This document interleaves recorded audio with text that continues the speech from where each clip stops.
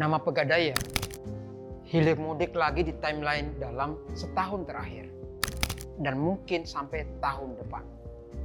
Maklum, Pegadaian mengikuti induk perusahaannya, BRI, yang sudah jalan duluan menjadi sponsor utama turnamen sepak bola Indonesia tercinta. Indonesia yang baldatun thayyibatun warabun ghafur. Kalau BRI untuk liga kasta tertinggi, maka Pegadaian itu kasta kedua. Jadilah Liga 2 itu bernama Liga Pegadaian. Liga Pegadaian, agak gimana ya nyebutnya, Liga Gadai itu. Tapi saya tertarik dengan Pegadaian bukan karena bukan karena Persipal Palu misalnya lolos 12 besar menyingkirkan Persipura Jayapura di grup D. Tetapi ada hal lain perihal Pegadaian ini. Bahwa Pegadaian lembaga ekonomi penyambung hidup manusia yang putus asa. Pegadaian menjadi tempat bertemunya manusia kere dari segala macam penjuru. Dan di atas semua itu, Pegadaian adalah mahaguru dan hulu dari semua watak revolusioner para pegawai di masa pergerakan.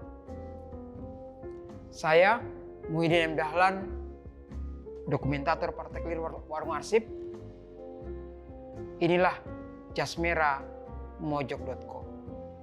Episode Mogok Pegadaian, Mahaguru Pegawai Revolusioner. Dicintai si kere sepanjang masa. Adalah pertama-tama dan pada tahap utamanya membangun jiwa bangsa.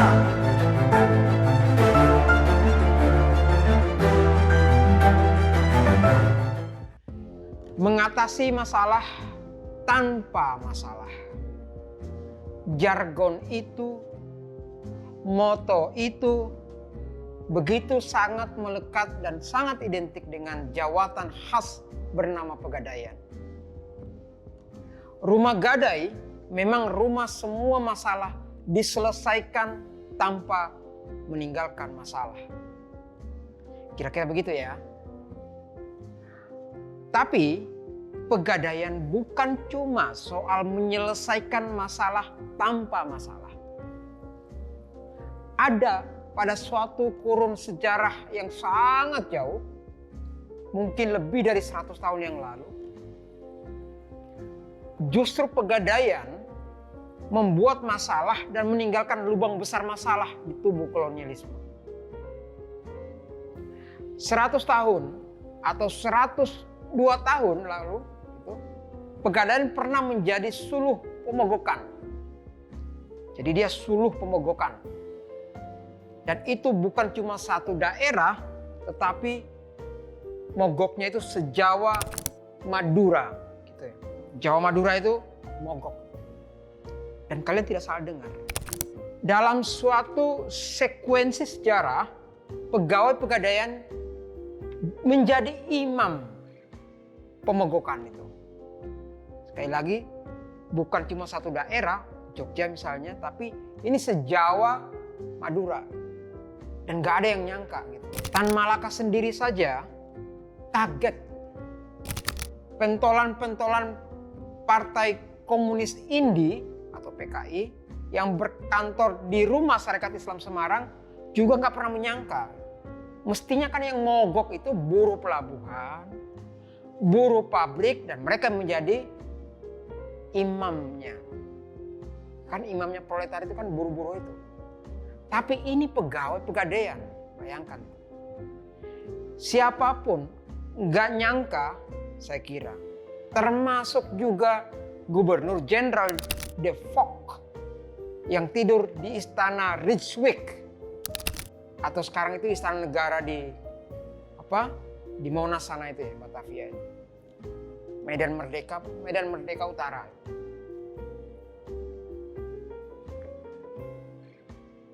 Perkaranya berasal dari Jogja. Perselisihan kecil sekali di kantor Pegadaian, tepatnya di Pegadaian Ngupasan Jogja. Nggak nyangka ya, hal kecil itu bisa menjadi bara api yang menyulut kemarahan pegawai sejawat. Titik mangsanya itu tahun 22. Tak pernah terbayangkan ya, teman-teman sekalian. Sebuah rumah yang mirip rumah rosok penolong mahasiswa susah itu pernah berkontribusi besar dalam hal memasok spirit radikal dalam pergerakan.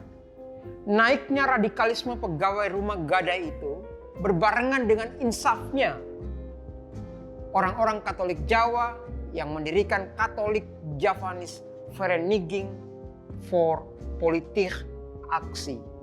Dan itu semua dimulai dari Ngupasan. Pegadaian Ngupasan. Kalian tahu Istana Agung titik nol Jogja kan? Di sisi kirinya itu ada Korem 72 Pamungkas. Nah, di sekitar situlah berkampung sama itu. Namanya Ngupasan. Jadi ceritanya gini, dan cerita ini ada di majalah Budi Utomo. Tanggal 12 Januari 22, seorang kontrolir Pegadaian Ngupasan namanya Pak Wilan ngasih perintah kepada asistennya. Namanya Bawadi. Orang Jawa. Bawadi yang sebetulnya petugas penerangan disuruh membawa barang-barang dari gudang ke tempat lelang. Sebenarnya masalah sederhana sebetulnya ini. Nah, tugas angkut mengangkut itu biasanya SOP-nya itu dilakukan oleh tukang kebon atau bende yang biasanya kerja serabutan. Entah kenapa si Pak Wilan ini ringan perintah nyuruh Bawadi. Mungkin ini yang disebut dengan penghematan maksimum, apa yang disebut dengan rimo impandum itu ya. Bahwa semua pegawai melaksanakan kerja secara all in. Jadi berodi-rodi dalam kantor itu. Tahu kan multitasking atau apa itu namanya berodi-rodi dalam kantor. Sialnya Bawadi ini yang juru penerangan ini nggak terima keluar dari SOP kerjanya.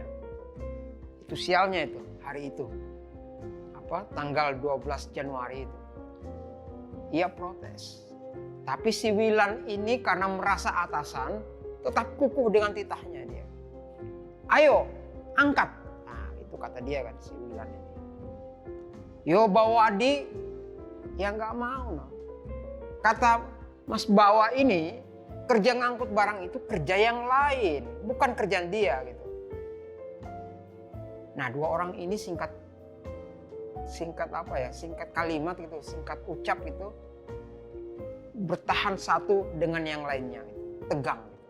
Hayo, kowe jangan banyak omong, mau nggak? Gitu. Nggak bisa komandan, kata dia.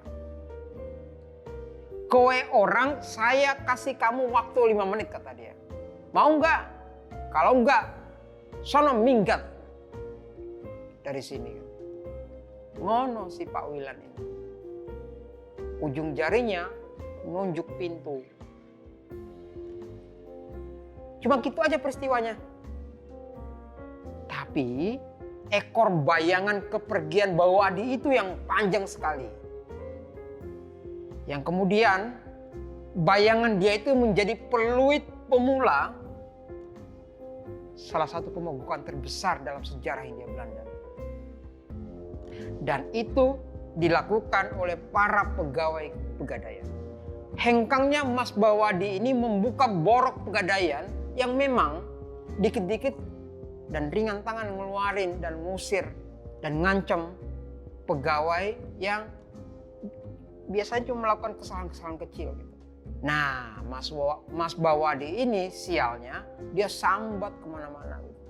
Sambatannya itu kemudian direspons oleh Hofbester Perserikatan Pegawai Pegadaian Bumi Putra yang berpusat di Bandung. Ada di koran Bintang Hindia ya yang memberitakannya itu. Kalau nggak salah 16 Januari 1922. Pengurus besar P3B atau Perserikatan Pegawai Pegadaian Bumiputra tegas mengatakan nggak puas atas kebijakan kepegawaian bahwa mulai dari pegawai paling rendah sampai pada kepala juru taksir dan kepala bendahara jadi kuli angkat barang. Menggotong barang kayak dandang, pispot, tahu pispot kan? Periuk, dan rupa-rupa ya piring, barang pecah belah gitu ya, ke tempat lelang. Kota pertama yang merespons sambatan dari ngupasan Jogja ini adalah Surabaya.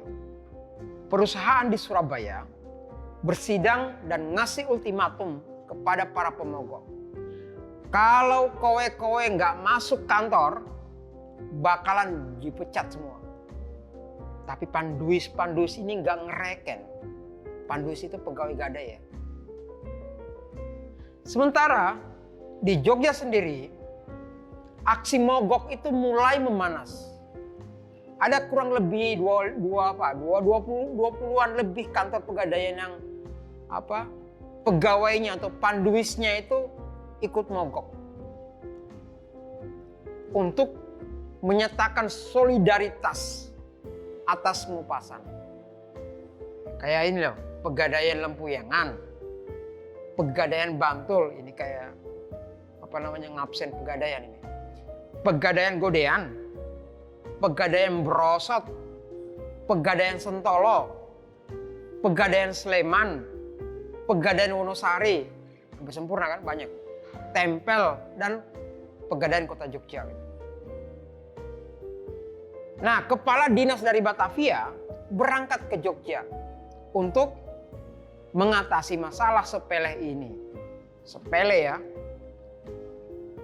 Mereka juga berangkat karena ada telegram dari Hofbestur atau pengurus besar P3B yang diketuai oleh Abdul Muiz. Kalian kenal Abdul Muiz kan? Betul. Sastrawan pengarang roman belenggu. Kita kenalnya seperti itu. Tapi di luar itu teman-teman sekalian, Abdul Muiz ini adalah propagandis kawakan sentral Sarekat Islam. Dan dia yang memimpin Sarekat Pegawai Pegadaian ini. Lanjut. Hasil titik temu ngobrol gitu ya, antara kepala dinas pusat dari Batavia dan pengurus besar Perserikatan Pegawai Pegadaian Bumiputra atau P3B di Bandung ini menghasilkan beberapa rasa sayang. Seperti sangat disayangkan bahwa si administrator itu minim pengetahuan adat istiadat bangsa Jawa dan terkesan kurang sabar memandang Mas Bawadi lebih sebagai musuh dan bukan sebagai pegawai yang harus dituntun dengan sabar. Disayangkan juga si kontrolir Wilan itu juga nggak nyoba nyiram air atas emosi si stok atasannya lagi yang sudah berapi gitu ya, malah ngomporinya terus menerus hingga baranya semakin besar, membakar. Disayangkan juga seorang inspektur polisi terlalu kaku dan kurang diplomatik, sementara pihak pusat terlalu tergesa-gesa membacot kepada jurnalis Aneta. Aneta ini kayak Antara lah di Republik itu ya. Aneta ini kantor berita resminya pemerintah India dan tidak mengindahkan kemungkinan terjadinya pemogokan umum gitu. Ditambah lagi asisten residen punya pendekatan atas masalah pegadaian ini selalu keras dan tidak pernah bisa mengambil hati wakil-wakil dari pengurus besar P3B. Sempurna rasa sayangnya gitu ya. Nah, dari catatan kronik yang saya dan teman-teman himpun untuk kasus pemogokan 12 Januari 22 ini, ada lebih kurang 2.000 orang pegawai yang mengikuti aksi mogok dari 5.000 orang pegawai pegadaian yang ditarget. Ada lebih kurang hampir 100 dari 400-an rumah pegadaian lumpuh. Mengapa pemogokan itu membesar? Karena solidaritas. Jadi solidaritas ya bos ya. Gak ada ego sektoral, gak ada ego dinas, gak ada ego kantor, ego BUMN, ego organisasi, dan seterusnya. Pemogokan pegawai pegadaian ini dipromotori oleh P3B tadi, atau Perserikatan Pegawai Pegadaian Bumi Putra. Sementara P3B ini terkoneksi dengan sejumlah ormas pergerakan yang punya nama besar. Budi Utomo, PKI, NIP itu Nasional Indonesia Party yang Dos Deka dan kawan-kawan itu. Ada revolusioner Vak Sentrale yang dipimpin oleh Semaun. Ada Quick, bayangkan bahkan ada Quick School Bond, itu sekolah guru. Ada juga Perserikatan Guru Hindia Belanda, Guru Bantu, dan personel Fabriks Bond ini adalah Suryo Pranoto. Semua mereka yang tadi saya sebutkan itu terkoneksi satu dan lainnya. Kalau ada salah satu sedang ngadain semacam fair gathering atau rapat raksasa, rapat akbar gitu, mereka saling undang. Jadi nggak jalan sendiri gitu ya. Nah, biar maksimum aksi mogoknya, ormas dan partai pergerakan punya cara masing-masing. PKI misalnya berdakwah dengan cara lisan dan tulisan untuk membantu ini loh pegadaian ini. Nah, salah satu pamflet propaganda PKI yang berbau komikal kayak nyinyir-nyindir gitu ya. Dan itu bisa Anda baca di buku yang ditulis oleh Hans van Miert. Judulnya Dengan Semangat Berkobar Nasionalisme dan Gerakan Pemuda di Indonesia. Coba aja dicari. Jadi kira-kira bunyinya begini. Perhatian. Mendesak, sangat penting. Dicari beberapa orang pribumi pegawai pegadaian cadangan dengan tanpa ijazah untuk menggantikan pemogok di kalangan pegadaian. Dengan syarat baik dan rajin bekerja, tidak melakukan kekeliruan, dan kalau mereka melakukan kekeliruan akan diusir seperti anjing. Tidak punya rasa malu dan lebih disukai penjilat yang sesungguhnya, yang menjunjung tinggi tingkah laku yang hina. Senang dan cukup kuat memikul. Mikul apa aja? Gamelan, pot kencing dan buang air, kendil, dandang gitu ya, wajan, benda-benda besi sebagai alat kerja.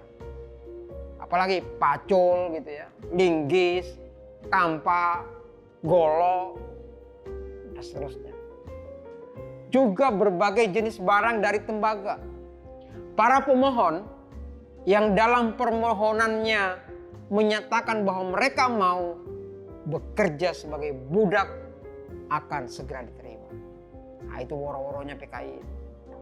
Karena pemogokan sudah nggak bisa dikendalikan lagi, maka Gubernur Jenderal De Valk dari Istana Negara di Monas sana, yang saat ini ditinggali oleh Presiden Joko Widodo, ngirim polisi untuk nangkap Abdul Muiz dan Rekso Diputro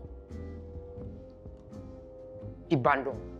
Tuduhan keduanya adalah, namanya itu ada istilah itu ya, dulu kan ada delik pers gitu kan, ada istilah spread delik atau delik bicara itu loh. Muiz dan Rekso ini masing-masing kan ketua dan sekretaris P3B yang pusatnya itu di Bandung. Walau sudah ditangkap ketua dan sekretarisnya di Bandung, pemogokan nggak makin mengecil. Malah bertambah jadi lebih 100 rumah pegadaian tutup pintu. Betul-betul lumpuh. Dan reaksi pemerintah tambah keras. Dan lebih kurang 1.200 pemogok langsung mereka pecat. Rumah-rumah pegadaian dijaga ketat oleh militer yang sengaja didatangkan dari Manado. Dan di bawah todongan senjata, pegadaian pun beroperasi.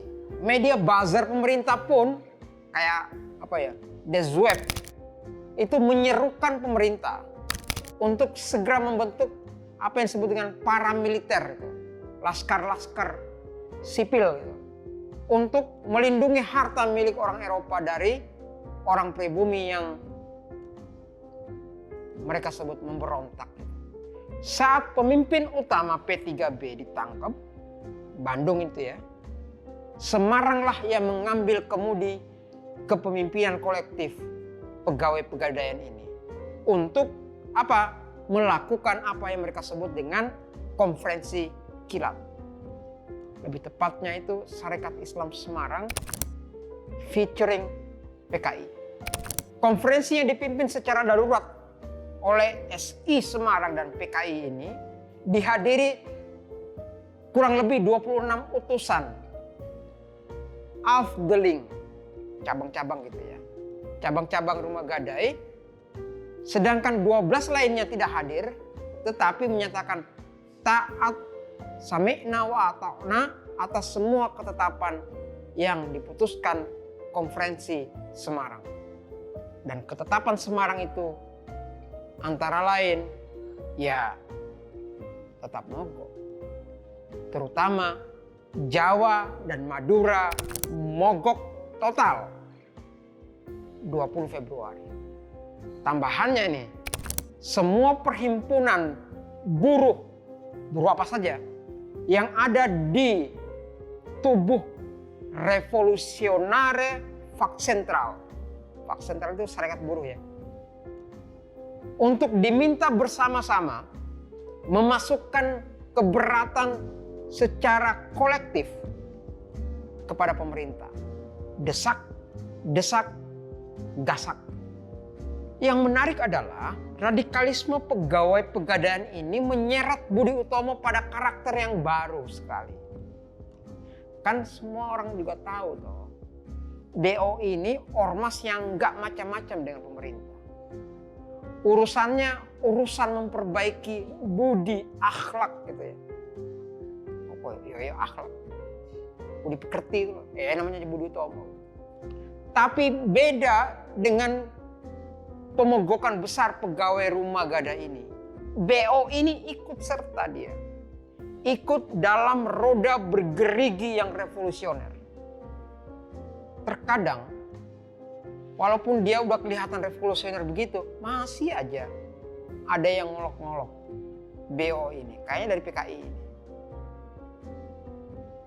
Sebagai apa mereka sebut dengan penabur benih budak. Jadi kepanjangan BO jadinya itu bukan lagi Budi Utomo, Budi Oetomo ya. Tapi BO, berdagang orang. Aneh sekali.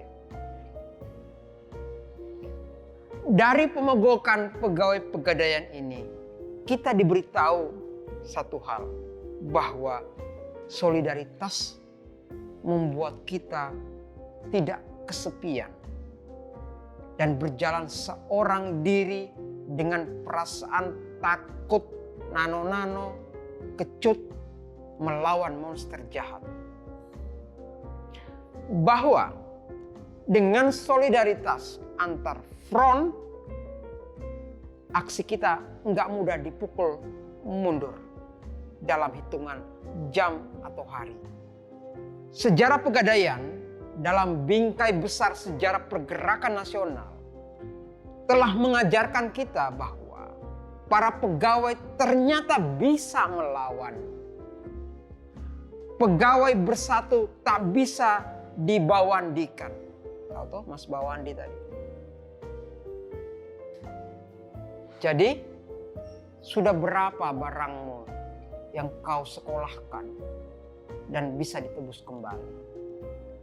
Dan berapa yang sudah dilepas dengan ikhlas di rumah gadai tanpa harus ditangisi? Pengupasan jangan lupa. Ngatasin masalah tanpa masalah. Tapi sesekali bikinlah masalah.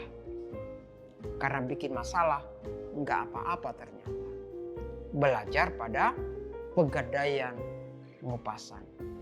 Tan Malaka saja sedikit cemburu atas aksi yang bermula dari pengupasan Jogja ini. Kampung yang menjadi gravitasi revolusi di Yogyakarta. Saya Muhyiddin M. Dahlan, dokumentator Partai Keliru Warung Arsip. Jas merah disambung lain waktu dengan topik berbeda dengan satu warna utama. Kalian tahu sendiri itu warna apa. Sampai jumpa dan sehat selalu.